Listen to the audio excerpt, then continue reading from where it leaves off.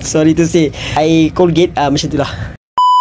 Assalamualaikum semua. Saya Azhar, suami kepada Puan Syakira Aina. Saya actually sekarang ni tengah batuk dengan sesama for the last couple of days lah. Dah 3-4 hari macam tu.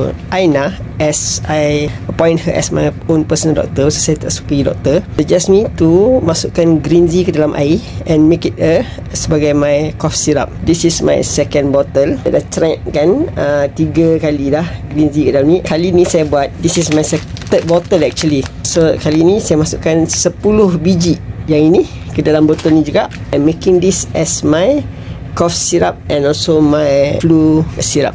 Alhamdulillah, asbab medication yang disarankan oleh Dr. Aina ni menjadikan saya tak sesama and also batuk saya berkurangan.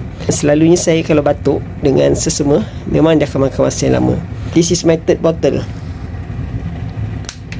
This one I dah stir up dah. So dah tinggal sikit dah dia punya green tea dia. Green tea tablet orange flavour tu dah jadi macam lebih keputihan sikit lah.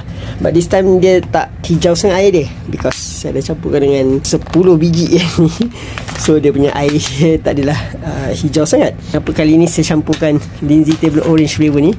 Pasal saya betul ingat saya ada bawa benda ni. What happen is, bila saya minum, dia tak ada dah terasa macam sorry to say, I Colgate macam tu lah.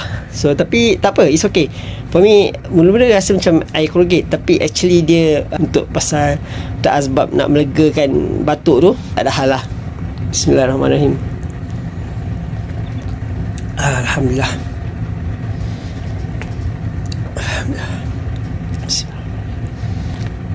Jangan lupa kita amalkan sunnah juga. Sebelum kita minum, kita baca Bismillahirrahmanirrahim.